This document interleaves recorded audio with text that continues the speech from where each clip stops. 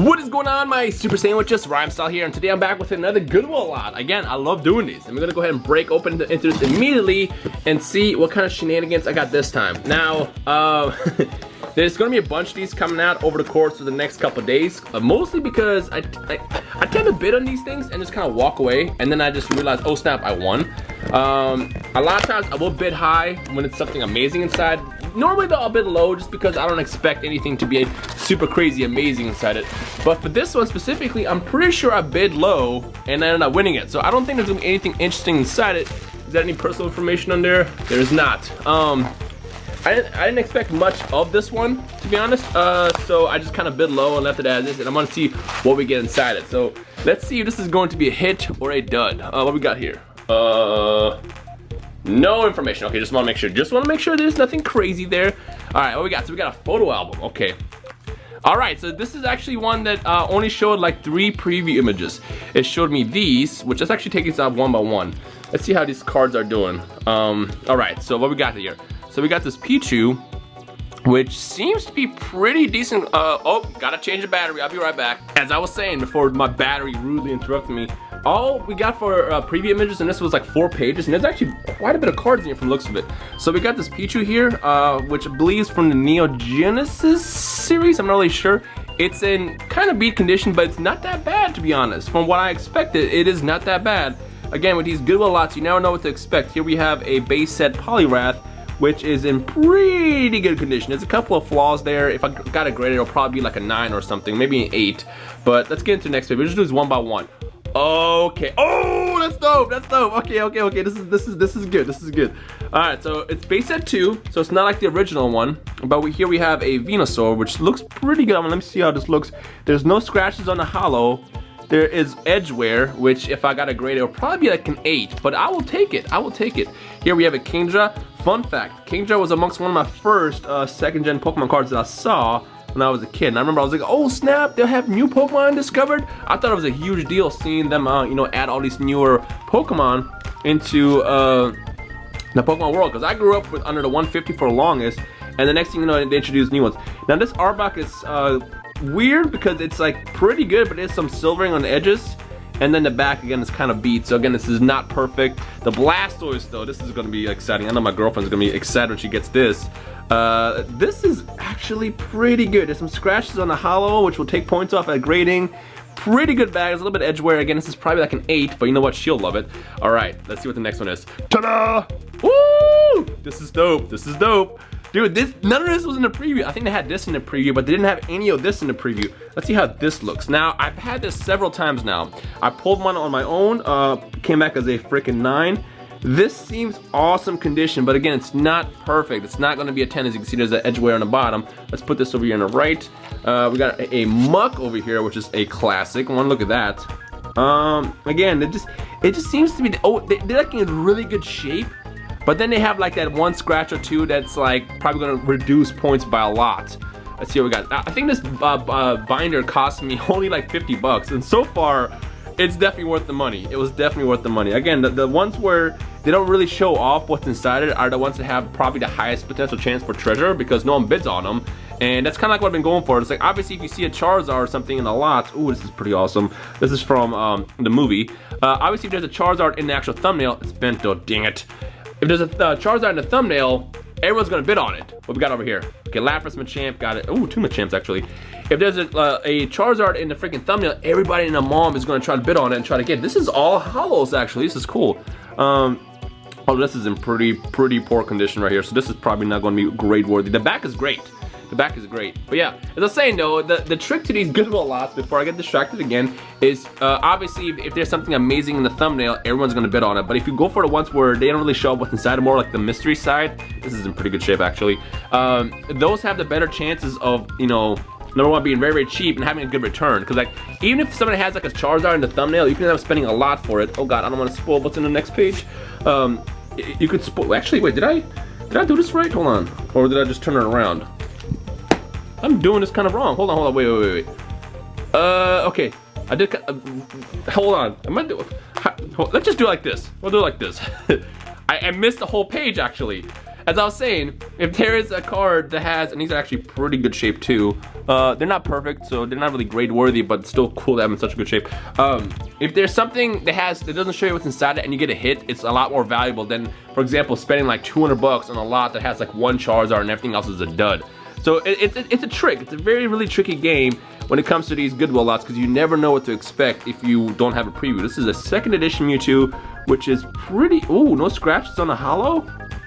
The back has edgeware though, so it's not that valuable. We got the first edition Secret Rare Raichu. This is actually the very first Secret Rare ever made. Unfortunately, there are scratches on the holo, so it would not be perfect. I might still get these graded just because why not? But still, like, it'd be better if they were perfect. You know, surprisingly, these are kept in pretty good shape. Here's a second edition Alakazam and a second edition Scyther. Scyther has a bend. I see the bend over here. It's not like a big bend, but you can kind of see the area of effect there. And then this Alakazam is looking pretty good. There's a couple of scratches on the holo, but they're kind of hard to notice. And then the back is pretty decent too. Again, not perfect. All right, let's go to the next page to make sure we don't miss anything. All right, so now we got, ooh, this is cool. I kind of wanted to get one of these, actually, the Hitmonlees, because that's one I kind of grew up with. Ooh, we got 3 cards here. Another Ninetales. So oh, they're both second edition, so cool. All right, let's see what the condition is looking like. Looks like no scratches. Let me look off camera. The right one definitely has a better shade. There's some silvering among the one on the left. And yeah, again, it's always the freaking edges and corners. That's what it always comes down to. All right, well, how's this Magneton looking? I'm trying to make sure I'm looking on camera and off. There's a lot of silvering actually. This is pretty terrible condition. The back, a lot of smudges, not that great. All right, I'm trying to find something that's potentially a 10. I mean, if you get these as 9s, it's still cool. You know, like this Hitmonlee is pretty bad actually. Look at that, you got some markings on the side right there. I mean, what even is this? Like permanent marker? What did they do to this poor thing? Poor guy. I like Hitmonlee and Hitmonchan, but Hitmonlee was my favorite between the two because I liked the kicking aspect as opposed to the punching one, but I have equal love for both Pokemon. What's next? Okay, that's an empty page. All right, now we got, oh, the Slowking. I love this Slowking. Hey, we have another Kingdra. We're getting some dupes here, although this is not a dupe that I'm excited about because look at this. This is pretty bad. Look at that. You can just see the scratches and even the freaking card itself. I don't know if you can see those markings right there. This card is dying. This card is asking to be euthanized at this point. All right, let's put this over here. All right, I'm gonna make sure I go through all these cards and put them in sleeves and everything after the video. So don't worry like, hey, you ruined the cards. No. I'm putting all the bad stuff with the bad stuff as far as conditions. If there's something that's perfect in here, it's getting sleeved immediately. I got my sleeves right next to me in case you're worried about that. This Slowking I absolutely love. Again, this is one of the more earlier cards that I saw. And I remember I was like, oh snap, Slowpoke has another evolution? Like that blew my mind as a kid. Kangaskhan, I was never a big fan of Kangaskhan for some reason. I don't know why, I just didn't really care for him, but it's cool to have this. This is a blast from the past from the jungle set. All right, what else we got? I'm kind of like nervous when I do these turns. What we got? Dark Typhlosion, that's one I want. Ooh, that's awesome. That is awesome. Let's kind of get this one out. Again, between Feraligatr and Typhlosion, I absolutely loved both of those cards. How is this looking? So there's no scratches on the holo actually, so that's nice. The back is pretty decent too. This is easily a 9. It's not gonna be a 10, but it's easily a 9. So let me put this to the side over here, somewhere where it's going to get better treatment than being just thrown into the pile of cards next to each other. So like I said, I got my sleeves next to me, so let's toss this one up immediately because this is definitely going to get graded. Again, it's not gonna be perfect, but whatever. And then we got a Heracross. Heracross I was excited about too because like he was like my equivalent to what's his face? I'm blanking on the name right now. Pinsir. It was like the next Pinsir, and I really loved Heracross. He was like, I remember when Pokemon Silver came out, he was like amongst the first Pokemon I was looking for in that game. And when I found him, he was actually one of my mains for the longest. So I actually am a big fan of Heracross. Now, if only I can get him in Pokemon Go, but unfortunately, he's an exclusive to a specific region. I think like Brazil or something. Here we have a second edition Gyarados, which as you can see, there's some silvering on the bottom. So it's not the best condition. The back is great though, except for that little whitening on the corner right there. But for the most part, it's pretty good. Dude, this entire freaking binder was only 50 bucks. That's about what blows my mind. And there's some pretty good hits here. Again, the preview images only show like 4 cards. I actually bought this expected to only get like 6 cards. So to get more than I expected was awesome. Oh my god, rest in peace Zapdos. This Zapdos needs to be put out of his misery. Look at this. This Zapdos has seen some things. Poor guy, look at that. I feel like this in itself is extra rare because you'll never see a Zapdos in that bad condition. But then again, who knows? There's a lot of bad cards out there that are horribly, horribly scratched. But that one's pretty bad. Here we have a Dark Slowbro, also a lot of scratches. So this one's definitely, you can even see the scratch. Look at that. It's pretty bad. I like Dark Slowbro. You know, I like the Team Rocket cards, but this one is just awful. Put it to the side. I see a double back here. I'm gonna assume it's 2 Wigglytuffs. Am I right? I am indeed right. And they're both pretty scratched to hell, if you can see that. Look at that. Look at that. Ladies and gentlemen, you guys want to make sure you protect your cards. Always put them in sleeves. Always put them in sleeves. Here we have a Legendary Collection, Fearow, which is awesome. One card I want from a Legendary Collection is the Charizard Legendary Collection, as like the reverse, because it's just awesome. Look how shiny it is. And I feel like it's also like a lot easier to take care of. Like this is in pretty good shape. It's because of how like sturdy the foil is. This is a lot harder to ruin as opposed to like the average card. So if there's like, you know, if there's a reverse Legendary Collection Charizard in this binder, I would not be mad. Okay, we got not Dark Dragonair, but just regular Dragonair randomly in there. We got a Nidoking second edition. Again, scratches all over the hollow. It's not really that valuable there, but it's still cool. Then we got his counterpart. We got the Nidoking's Bay, Nidoqueen over here. Again, from the jungle sets. Although this is Nidoking is from the base set, but this one specifically is base set 2. This is cool. A Blaine's Moltres. This is one I wanted as a kid and I also never got.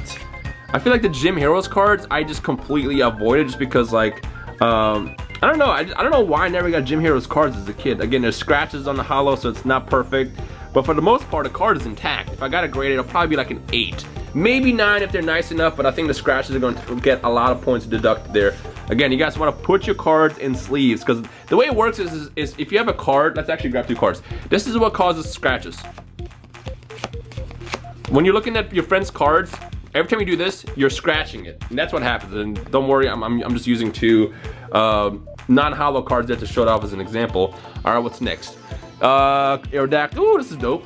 Aerodactyl, but unfortunately, if it's anything like the rest of the word, this is going to be pretty bad shape, right? Let's see what happens.